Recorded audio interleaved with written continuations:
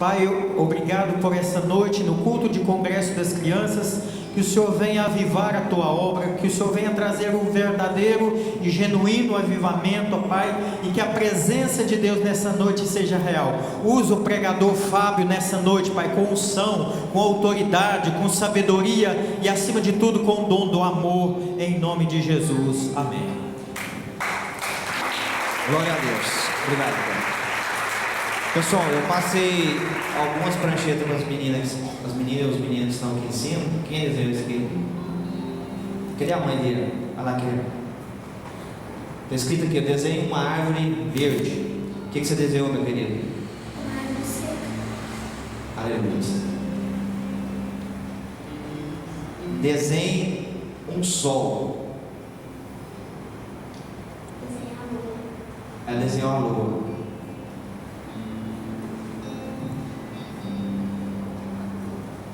Desenhe uma pessoa feliz. O que você desenhou? Uma pessoa triste. Ela desenhou uma pessoa triste. Desenhe um rio. O que você desenhou? Deserto. Ela desenhou um deserto. Cadê a mãe? Cadê sua mãe? O que você sentiu na hora que você estava vendo desenhar um deserto? Ah, tá. Manda o rio. Você desenhou? Árvore seca. E aí? Eu fiquei com o coração muito triste ver a árvore seca que ele desenhou, porque estava pedindo uma árvore verde. Amém. Beleza. A próxima mãe. Pedi para desenhar um sol. Só fala assim. Eu fico 4, 5 palavras para a gente conseguir concluir. Roseli. Roseli, desenha um sol. Ela não deixou eu ver o desenho, mas enquanto ela desenhava, eu observei a expressão dela, mas não pude entender direito, mas uma expressão de algo confuso, não deu para perceber direito. Quem desenhou a pessoa triste, a mãe do menino aqui, desenhou uma pessoa triste.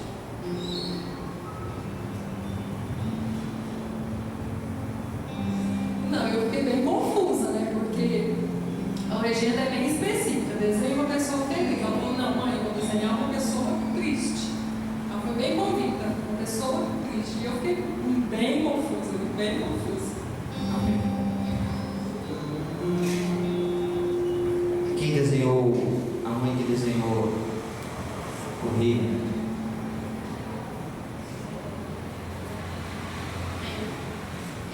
Eu fiquei assustada porque eu vi a legenda, mas eu perguntei por que você vai desenhar. Ela falou assim, não, eu tenho que desenhar algo seco, deserto.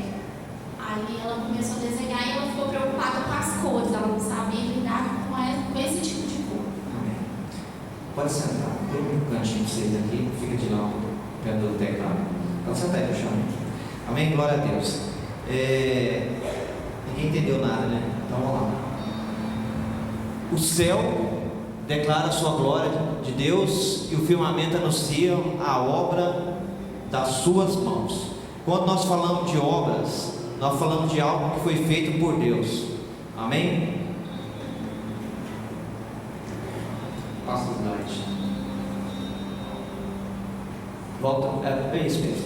No começo Deus criou o quê? Primeiro dia. Deus criou a noite, Deus criou o dia. No segundo dia, Deus separou a água do mar e a água do firmamento, que fala que é do céu. No terceiro dia, criou a terra e as águas. No quarto, criou o sol e a lua. No quinto, os animais e peixes e as aves do céu. No sexto dia, os animais da terra, o homem e a mulher.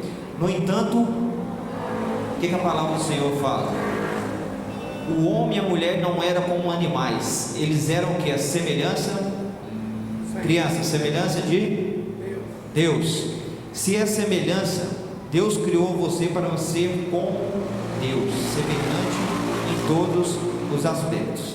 Nossa vida, ela é marcada por várias coisas que nos levam a acreditar que existe uma influência de algumas cores na nossa vida. Exemplo, quando alguém perde um ente querido, ele não coloca no Facebook uma fita amarela, ele coloca uma fita preta. Quando você está alegre, você coloca uma cor clara. Isso, teoricamente, existe alguns estudos que falam sobre a psicologia das cores. Cada pessoa, cada criança tem uma cor que ela se assemelha, vamos dizer assim. Amém? Seguindo, eu quero falar um pouquinho para vocês sobre a visão nas obras de Deus. Passa, irmã. Escuridão. A escuridão, ela remete na palavra do Senhor trevas, pecado, luto e humilhação. Existe um versículo que nós podemos identificar, Romanos 5:12, porque assim como por um só homem entrou o pecado no mundo, assim também a morte passou a fazer parte de todo mundo, de todas as pessoas. Ou seja, todos pecaram e destituídos estão da glória de Deus. Eu quero que vocês foquem nas cores que eu vou passar para vocês. Azul. Vem cá, uma criancinha. Vem cá, vocês dois, vem cá. Vai.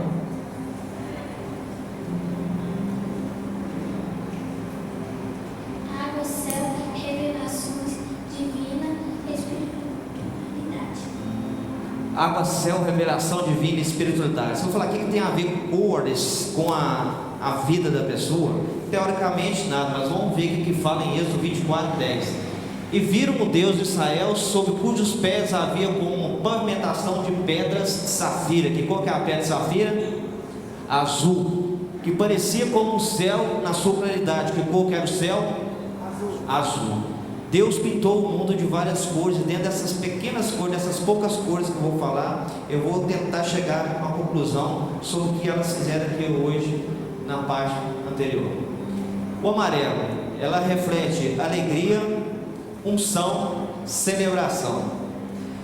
No versículo 23, capítulo 23, versículo 5, Salmo fala o seguinte: preparas uma mesa perante mim na presença dos meus inimigos, unge a minha cabeça com óleo. Que cor que é o óleo?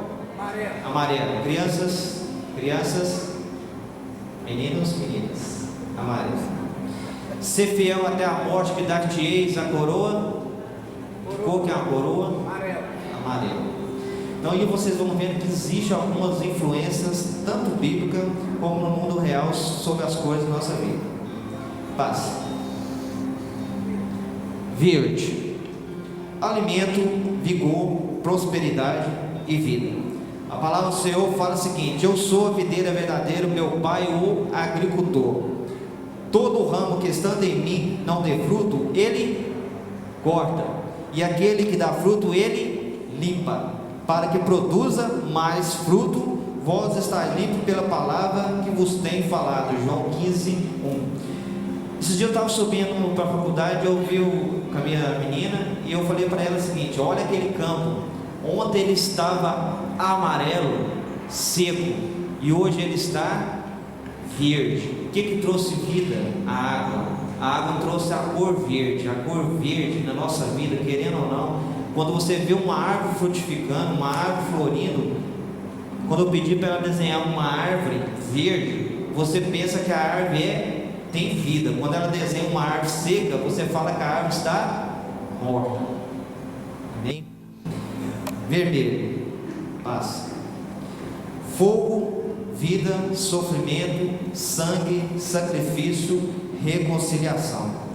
Porque Deus amou o mundo de tal maneira que deu seu Filho único, para todo que aquele que nele crê não pereça, mas tenha vida eterna.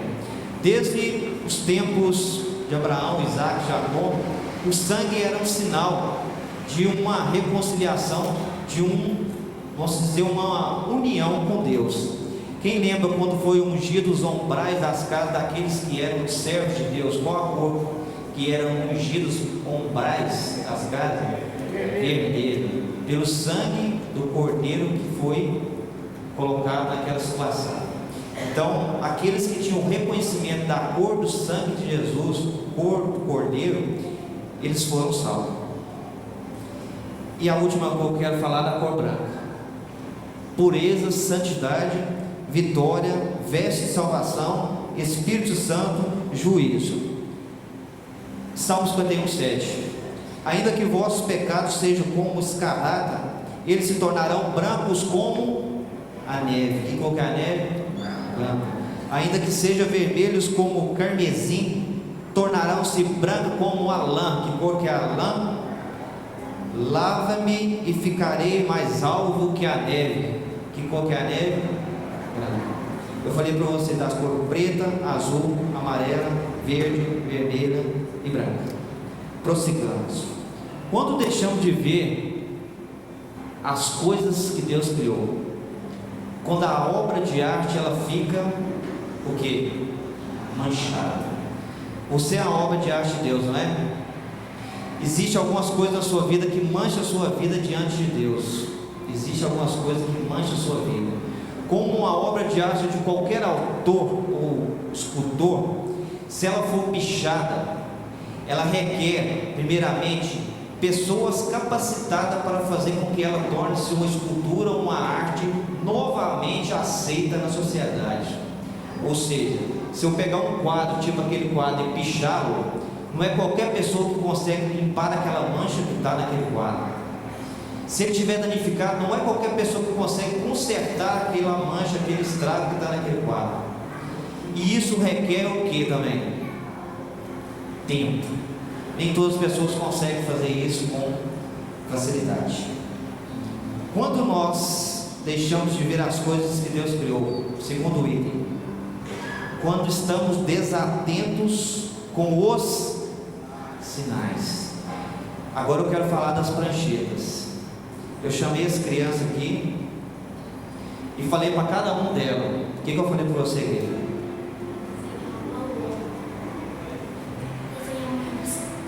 Pedi para ele desenhar uma árvore seca, pedi para o outro desenhar uma lua, pedi para o outro desenhar um deserto e pedi para o outro desenhar uma pessoa feliz. Aí eu te pergunto: quem está ensinando seus filhos? É você ou é o mundo? Talvez seus filhos estão fazendo coisas que ouviram de outras pessoas, estão sendo influenciados por outras pessoas, e vocês estão vendo que eles estão fazendo errado, mas vocês não têm conhecimento por que eles estão fazendo errado. E o que tem influenciado essas pessoas no nosso dia a dia? O que tem influenciado essas crianças? O que tem influenciado você deixar de ver as coisas que Deus criou? A palavra do Senhor é muito clara: deixai vir a mim as crianças e não os embaraceis, porque delas é o reino de Deus. Então quem tem que estar preocupado com o reino de Deus são vocês, não elas não, porque elas já estão salvas. Enquanto nós não preocupamos com isso, o inimigo vai roubar aquilo que ele tem preparado para ela. Você como mãe se sentiu impotente, você como pai, o pai não estava aqui, eu creio que deve ter sido a sensação mais horrível, ver o seu filho fazendo tudo o contrário que é a vontade de Deus, que é a vontade que você queria que ele fizesse, e ele não fez. Aí eu te falo, toma cuidado, preste atenção com os sinais. Nossa vida é cheia de sinais, nada acaba de um dia para o outro. Uma criança fica rebelde de um dia para o outro, nenhuma pessoa vira bandida de um dia para o outro, ninguém faz coisa errada de um dia para o outro. Existem pessoas que estão por trás. Vocês lembram que na hora que elas estavam desenhando, eu cheguei por trás das meninas e falei assim, eu dei uma cor para ela, colore dessa cor. Comecei a falar para o ouvido, está bonito, colore mais forte. Isso está acontecendo com a vida das nossas crianças. Nós não estamos percebendo, mas nós estamos entregando as crianças para o mundo. E detalhe, quem que é culpado disso? Os pais, os irmãos, os diáconos, os presbíteros, os pastores. Onde nós estamos errando? Não sei se é advertência ou não, mas eu creio o seguinte: a igreja que não estiver preparada para receber com excelência as crianças, vão ser templos sem igreja, certo? Então nós estamos em processo de construção. Eu vejo essas meninas ralando pra caramba aqui conseguir alguma coisa, e muitos de nós não damos atenção às crianças. Nós damos atenção em tantas coisas, mas aquilo que é o essencial. se não tiver criança capacitada, amanhã não tem igreja, amanhã não tem adulto, não tem jovem, não tem adolescente. Então, a criança é a base da igreja. Pode parecer que não, a base que eu falo assim, as pessoas que deveriam ser mais atendidas no nosso ministério, amém? Deixamos de contemplar a obra da criação e nos tornamos cegos. Deixamos Deus completar, nós não deixamos Deus completar ou reconstruir aquilo que está estragado. Eu te pergunto, quando você se torna cego, existe algum cego que enxerga? Existe um ditado que fala o seguinte: o pior cego é aquele que não quer ver. Pode passar. Concluindo, eu gostaria de frisar esses 3 passagens de Bíblia, citadas em Marcos 10:46. O cego que antes enxergava.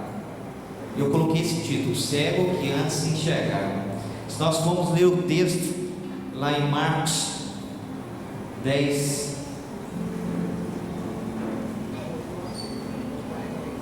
Marcos 10:46,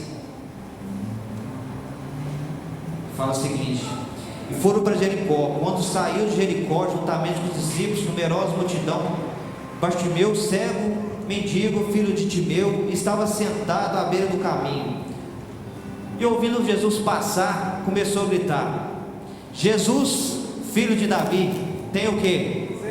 Misericórdia de mim. Aí algumas pessoas que estavam ao lado dele, o que começou a falar? Cala a boca, não perturbe o mestre, que ele tem uma missão a ser cumprida. Mas ele continuou gritando em voz alta: Jesus Cristo, filho de Davi, tem misericórdia de mim. De repente Jesus parou e começou a ouvir: tem alguém chamando pelo nome. E ele reconheceu que aquele que falou, Jesus Cristo, filho de Davi, já havia reconhecido ele como Senhor. Amém? O que Jesus fez? Pediu para trazer: traga aquele cara para mim. E Jesus, postando diante dele, disse para ele o seguinte: o que queres que eu faça contigo? Para quem é cego, o que ele quer? Ver. Mas para Jesus não era importante a visão daquele cego. Por isso que ele perguntou para o cego: o que você quer? Porque aquilo que você já falou já te deu a salvação. Jesus, filho de Davi, ele já estava reconhecendo o Senhor como rei, não precisava ser curado, porque ele já estava salvo. O que você quer? Eu quero tornar a ver. Se ele falou que ele queria tornar a ver, significa que ele antes já enxergava. Então muitos de nós estamos nessa situação, nós já enxergávamos e deixamos de enxergar. Mas na hora que eu reconheci, na hora que ele reconheceu que Jesus era aquele que estava por ali, que poderia salvar a vida dele, Jesus simplesmente falou o seguinte: vá, a tua fé te salvou. Ele não falou: vá, a tua fé te curou. Ele falou: a tua fé te salvou. Porque a fé dele não estava na cura, a fé dele estava em acreditar que Jesus era o Senhor da cura.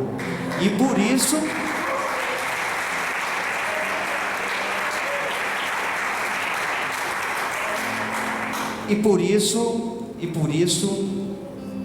ele voltou a viver e continuou andando.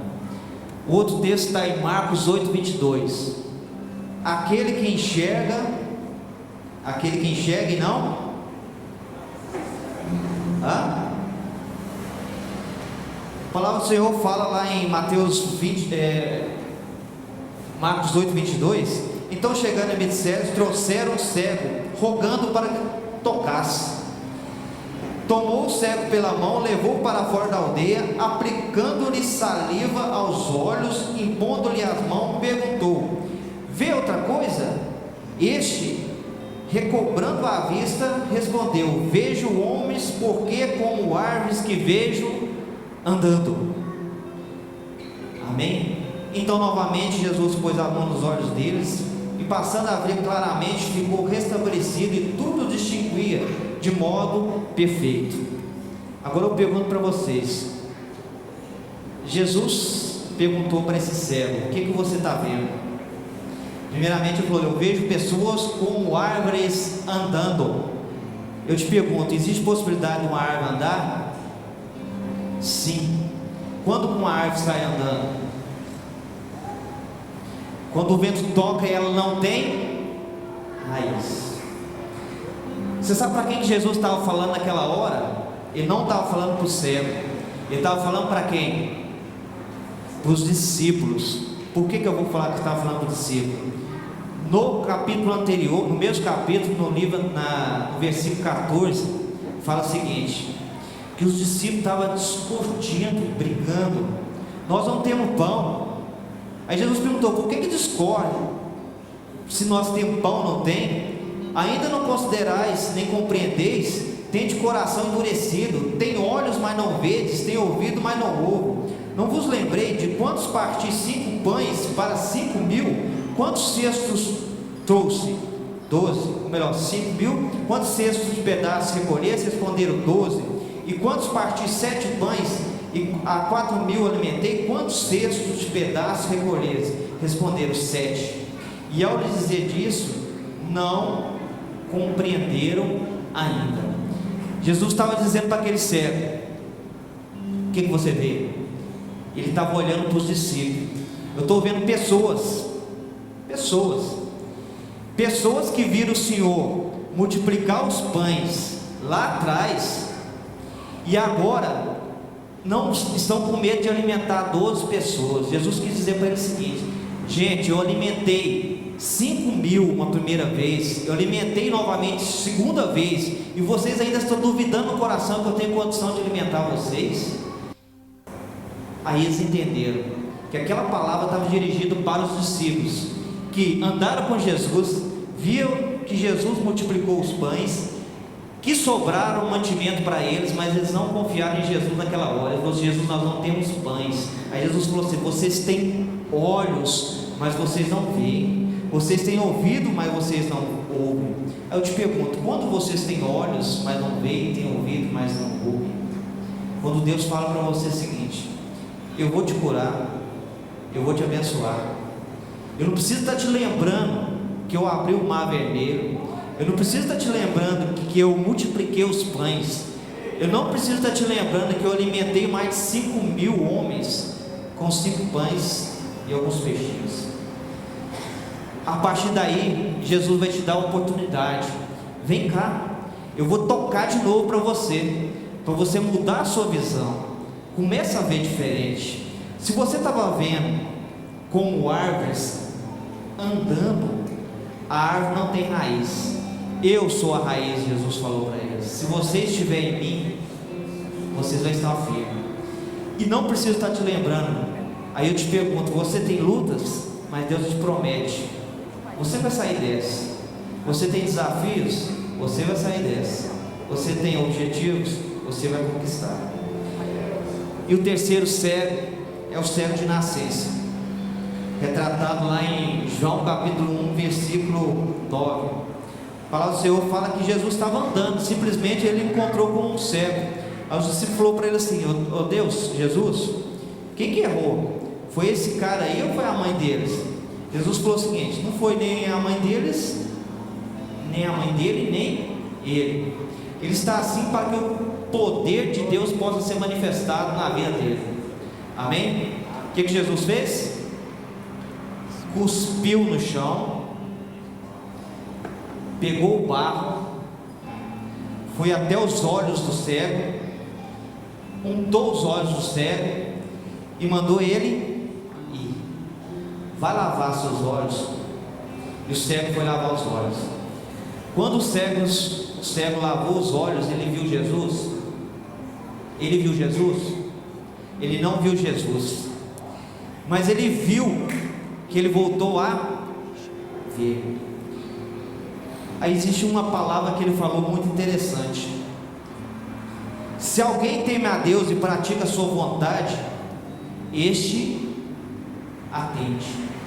O cego, ele tinha convicção que ele conhecia a Deus. O que ele não tinha? O que ele não tinha? Visão. E lá em Gênesis, Deus pegou o barro e construiu o homem. Naquele momento, Jesus pegou o barro e construiu o olho. A partir daquele momento, ele passou a ver. porque ele era uma obra que estava precisando simplesmente de um toque de Deus, de uma mão amiga, de alguma coisa para fazer com que ele voltasse a ver. No entanto, ele reconheceu, mesmo não conhecendo Jesus, que o Senhor Jesus já tinha o curado. Amém? Desses 3 cegos, eu te pergunto, qual é você? Você é o cego que enxergava e não enxerga mais?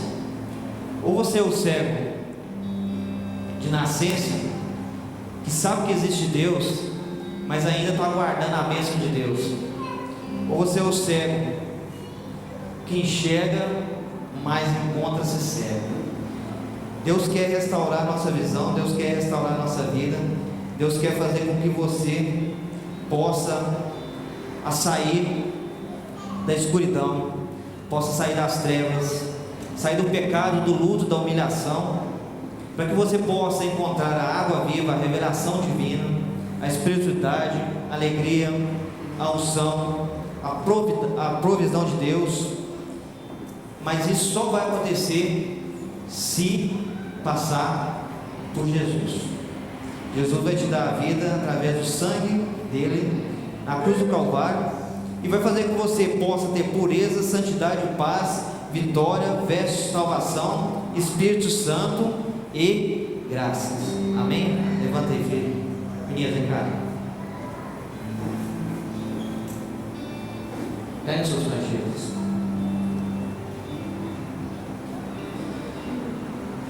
Eu queria que vocês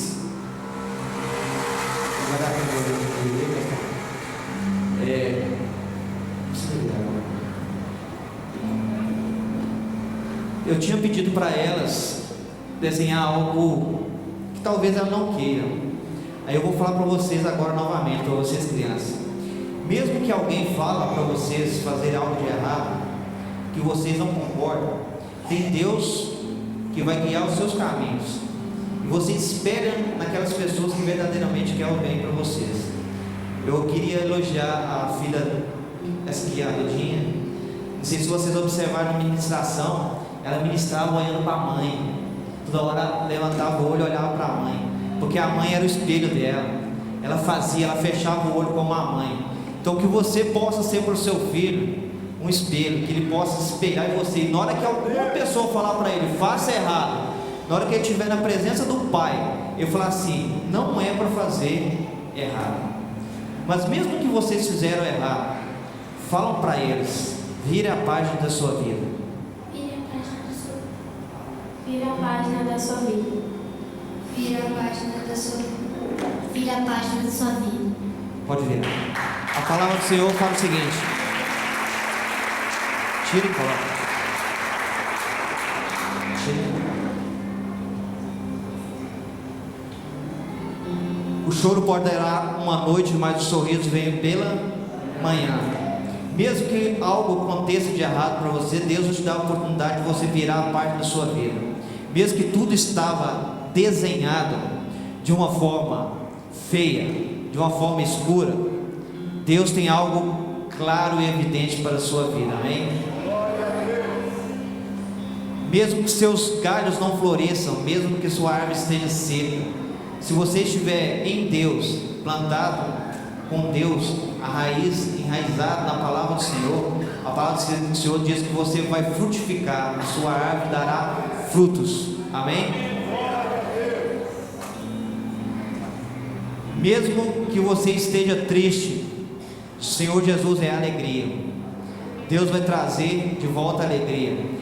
Vire a parte da sua vida que estiver errado. Se você não está dando atenção para o seu filho, comece a dar atenção para o seu filho. Se você não foca naquilo que é essencial, prioridade para a sua vida, comece a dar foco nas coisas que são real. E sua vida está um deserto, o Senhor Jesus é o rio de águas vivas. Ele vai entrar na sua vida também, Ele vai trazer renovo e graça. Amém?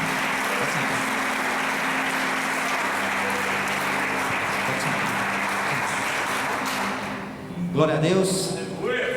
Para finalizar, eu só queria enfatizar que a minha maior preocupação é a influência na vida das crianças. Ensinar a criança não é fácil, trazer as crianças para dentro da igreja não é fácil, e fazer com que as crianças participam das coisas de Deus não é fácil. Então eu creio que Deus tem que dar estratégia para a equipe aí, para que a equipe possa constantemente estar no ensinamento de Deus, porque se as crianças morrerem espiritualmente, não vai existir futuro, certo? Lá naquele primeiro versículo que eu li, eis que eu que sei o pensamento que tenho a vosso respeito, diz o Senhor, pensamento de paz e não de mal, para vos dar o fim que desejaste. Quando fala de fim, fala de futuro. Só existe futuro se tiver presente. Se você não estiver presente, não for alguém presente, seus filhos não vão continuar a obra do Senhor. Amém? Então coloque isso no seu coração. Eu gostaria de agradecer e pedir a Deus que venha abençoar todos vocês, a minha vida também, para que nós não sejamos cegos. Tem muitas pessoas andando como cego, tem olhos, mas não conseguem ver, ou não querem ver, certo? Mas Deus está aí para nos abençoar e trazer o renovo, trazer de novo a nossa visão, aquilo que é de Deus, amém? Glória a Deus.